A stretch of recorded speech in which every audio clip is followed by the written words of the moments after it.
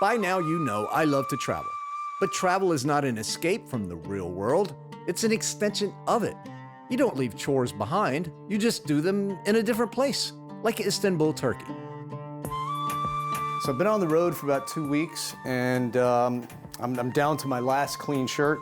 As you can tell, it's a little bit wrinkled. I'm already sweating it up because it's hot here in Istanbul at the moment. So I gotta do a little laundry. The nearest laundry is like a mile away, it's not even open. So I was like, you know what? I'll just go buy some laundry detergent. I have fast dry clothing. I'll just do it myself. But here's the thing, since I'm down to my last clean shirt, I have nothing to wear to the gym. I have nothing to wear later on, possibly, if I get this all sweated up. So I was thinking, you know what? The best thing to do is to do half of it. And so I've got to separate it now into piles of most dirty. So for this shirt, I wore it yesterday. It could pass. I'm gonna put that in the clean pile. This one, it's been worn a couple of times. It's going in the dirty pile. So the clean pile is not really clean. This is the only clean thing I have on. The clean pile just means I'll wash it later.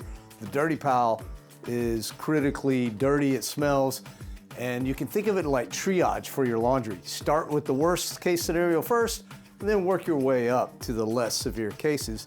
And hopefully by the time you get to the end of your trip, you'll be wearing your last clean shirt.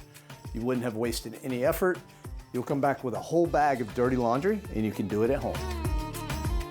Check it out, pretty soon I'm gonna have some clean laundry.